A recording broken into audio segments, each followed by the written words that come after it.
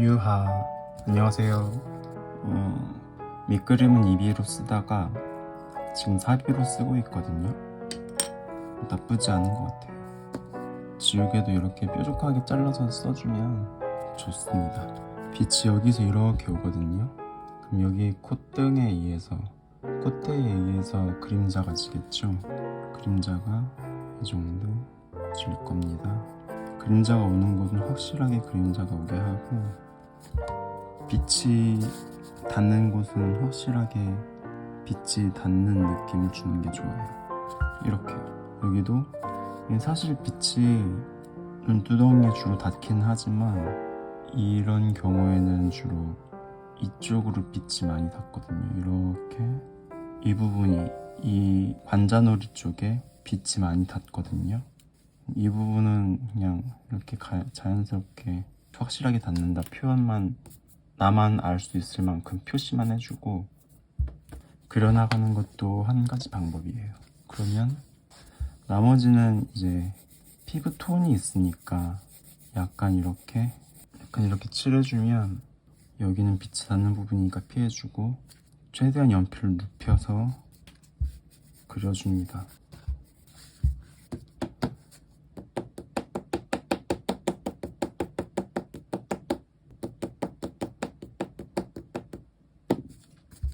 입술도 그려주고, 윗입술은 빛이 그늘지니까 더 진하게 그려지겠죠? 윗입술에서도 이 반대 방향에 있는 이쪽 입술 부분은 좀 더 진할 거예요. 아랫입술도 붉은 입술을 표현해주고, 빛이 닿아서 윤기가 나는 부분도 이렇게 묘사해주고, 그리고 이 안쪽으로 들어갈수록 또 빛이 덜 받으니까 연필을 눕혀서 덜 받는 부분도 표현해주고, 머리카락에 가려져서 그늘지는 부분도 표현해주고, 피부 톤도 이쪽보다 이쪽이 진하니까 좀 더 눌러주고, 근데 이쪽은 빛을 살짝 받겠죠. 살짝 지워줘요.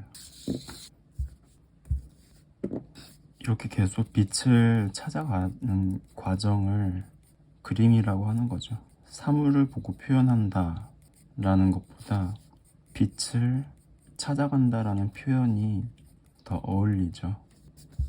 밝은 부분을 칠할 때는 힘을 최대한 빼고 연필을 눕혀서 그려줍니다. 머리카락도 마찬가지. 머리카락이 아무리 밝은색 금발이라고 해도 이렇게 칠해주는 게 좋아요. 덩어리를 잡는다 그러죠.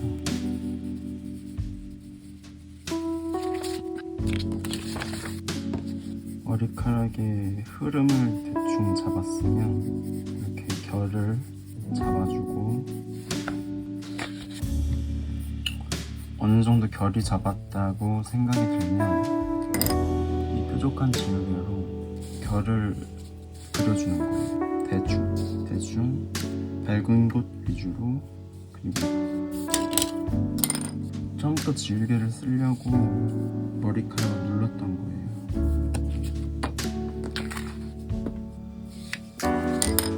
이 배경하고 이 옷이 나왔죠. 배경하고 옷은 진하게 눌러줄 건데 파스텔을 써볼게요.